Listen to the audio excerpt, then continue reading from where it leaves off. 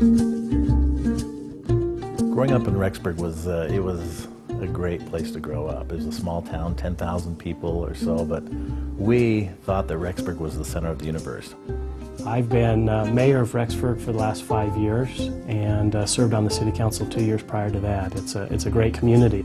Growing up here in Rexburg, Grandpa Larsen, Gib Larsen, he was mayor of Rexburg from 1959 to 1966. So it's fun to have that history and that connection with the past. Well, I'm back in Rexburg, Idaho, and with my mom and dad, and man, it's just nice to come home. These are roots. To have a home that you've been in for 45 years. So few people in the world are able to do that.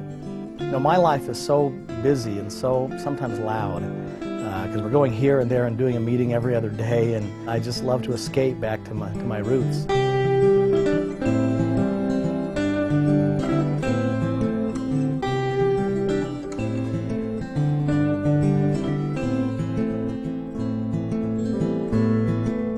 I grew up in Bountiful, Utah, and after my sophomore year in high school, my family moved to Rexburg, Idaho, and that was kind of a tough time to move right in the middle of high school.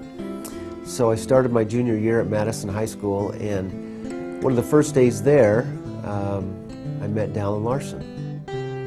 One of the interesting things about Dallin is he wasn't a student body officer, he wasn't a jock, he wasn't in the choir or music, he wasn't a nerd, but every one of those groups liked him, and he liked them. He was part of every group in the school. We had 7 sons, and Dallin was the middle son. He actually had 2 older sisters and 1 younger sister, besides the 3 older brothers and 3 younger brothers. So we had to be really organized in our home. She had her work chart, and every day we had our list of things to do. Everybody knew exactly what they had to do every day before they could go out and play, and they were very good at that. So I'm not surprised that Dallin has succeeded in all the things that he's done, because he did learn how to work hard as a young boy.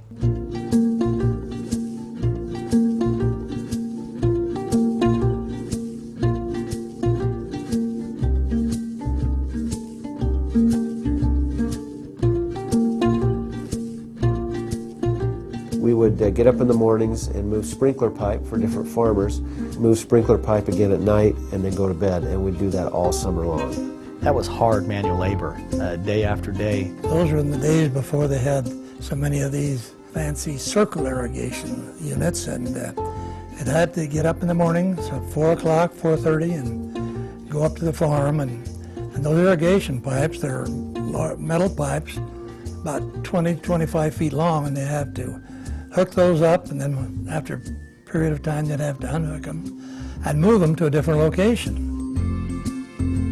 I think that it gave them an opportunity to develop good work habits, to wake up in the morning, be responsible to getting to the job, and believe me, when they got home at night, they were, you know, they had put in a good day's work, because they were ready for bed almost when they got home.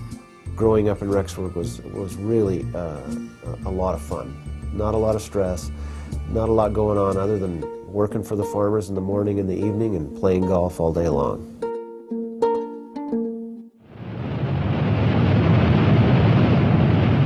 As I sit here and watch, I can see it caving. It's just coming apart. At 11:57 a.m. on June 5th, 1976, the Teton Dam collapsed, flooding homes and farms in the upper Snake River Valley with 80 billion gallons of water. Here are recollections. The first thing that we knew about it was there was a radio broadcaster driving through town with a loudspeaker warning the people to get to higher ground. Pretty soon the water came right down through Main Street, and we could see from our vantage point houses floating by, livestock. We had 4 clothing stores at that time, and our home, and they all got flooded. It was a traumatic thing for our family. I was up on the hill watching this wall of water come through our town and destroy virtually everything in its path, and this woman sitting next to me had some binoculars, and she burst into tears as she saw the water come and totally take her home away. But I saw the goodness of people at the age of 17 and how people rallied together. We just had all these people come in from all over the country and helped us clean up our little town because it was just it was a devastating mess. I saw the power and the synergy of people working together for a common good. And so now I look back on it and say, you know what, it was really a blessing that happened to our town, because it brought us together, both as a community, and it brought our family closer together because we worked together for the common good of the family. You know, things come and go, but at the end of the day, it's the relationships in life that are the most important. And you know, it's family that's the most important to me. The cool thing about my dad, and the thing I love most about him, is he always made time for me and my little sisters. He had meetings all day yesterday, and he came straight to my tennis match after it was done and cheered me on, and it was fun to see him in the stands. Looking at my dad, he's a prime example, and knowing that I can achieve anything if I have a sincere heart and have the right intentions in mind. I really forget how many responsibilities he has when he's with us. He's such a hard worker though, and he always has been, and he's always taught us to be hard workers, and he's always taught us to be honest, and he's taught me so much, and he really is my hero. He really is. Christmas when we were little was so much fun. It was such a special holiday for us. Every year we'd hear the reindeer on the roof and Santa Claus, ho ho ho, and we saw Dad on the roof like coming down, and so we caught him and we called him on it, and he told us, well kids, I am Santa Claus. It's just funny because it's kind of appropriate that my dad really is like kind of a Santa Claus in a way. He's so giving. He's very passionate, very dedicated.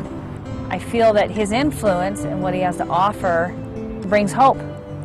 And with hope comes faith. And with faith comes believing.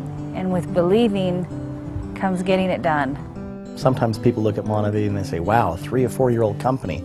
Amazing that you were able to do that in 3 or 4 years. And I say, no, it didn't happen in 3 or 4 years. It took about 20 years because of the experiences that led up to this point in time in my life, and the experiences that led up to this point when MonaVie was formed with the other leaders, the founders of the company and the other leaders in the field. It's been a culmination of years and years of work and experiences to lead me and the other founders and the top leader in this company to help build a company that I believe is going to stand the test of time, because it's based on solid principles.